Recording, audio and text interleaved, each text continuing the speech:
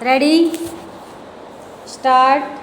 Mr. Vice Chairman, knowing the honorable mover of this resolution to be a good parliamentarian, I had expected that he would place before the House all sides of this problem. Stop.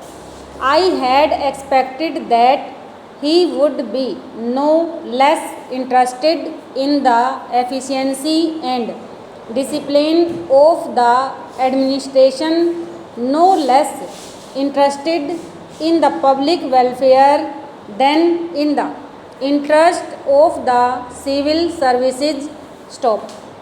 But I am sorry to observe that he has taken only one view of the matter, namely the interest of the civil services alone. Stop. He has not at all dwelt upon the frightful consequences which a strike of the sort we had the misfortune to have would have had on the country and the people in general. Stop. He has spoken, no doubt, in measured terms, unlike the honorable member who sat to his right in the morning and who raised a shoot wanting to make up by sound what his arguments lacked in force. Stop. I wish to submit to this House that it would be incorrect and it would be imprudent for this House to accept this resolution. Stop. It would be incorrect because by accepting this resolution we would be laying down something bad in principle, and we would also be accepting a policy which would be suicidal and which would cut at the roots of discipline in the services. Stop stanza. To the merits of reinstatement or otherwise of these persons I will come later on. Stop. I doubt the very propriety of Parliament going into this matter. Stop. Now let us see what has happened. Stop. Whether right or wrong, departments have taken up the question of these strikers. Those who took part in this strike, those who indulged in disobeying the ordinance, several cases of sabotage and intimidation, including criminal ones, have been gone into, and authorities have taken some decision. Stop. In some cases, the government have taken the decision, and in some cases the departments have taken the decision. Stop. Now, would it be right for Parliament to interfere with these decisions? Stop. Suppose we do that. Suppose government interfered with the decisions taken by the government or by the heads of departments. Tomorrow, with what face and with what authority can the head of a department extract service from his subordinates? Stop. This is the question which the honorable, the mover, must see, and also the other honorable members who have spoken in support of the resolution. Stop stanza. Unemployment is mounting up, and we have not been able to generate enough employment opportunities to provide even for those people who are entering the labor market today, perhaps to the extent envisaged during the 10th plan stop.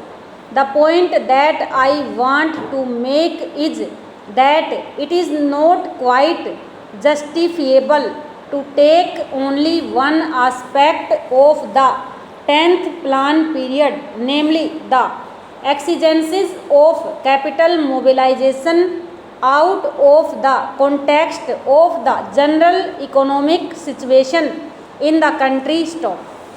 When we are therefore making this huge tax effort, we will have to apply our mind with equal seriousness, if not more, to see that the income generation in the community is as great as is envisaged, so that the savings and investments could be effected without disturbing unnecessarily the consumption pattern in the community. Stop stanza.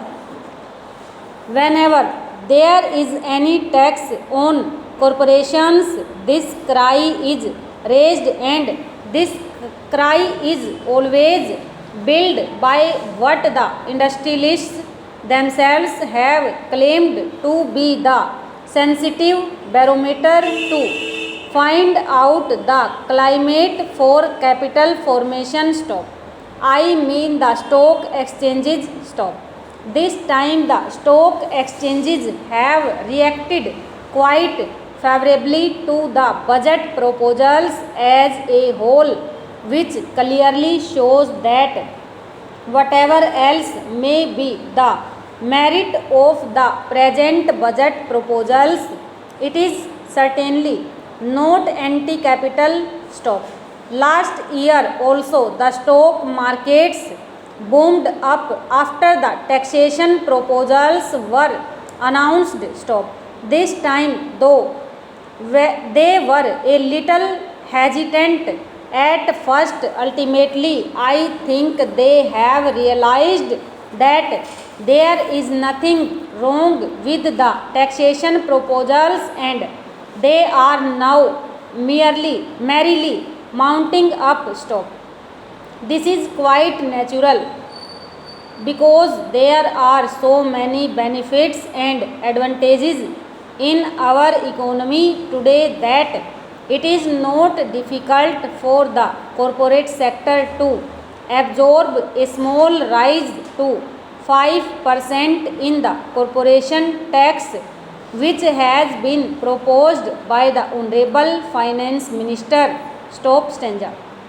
The economy of the nation today is more or less a closed economy, because due to the lack of external finances, imports have been virtually prohibited. Stop.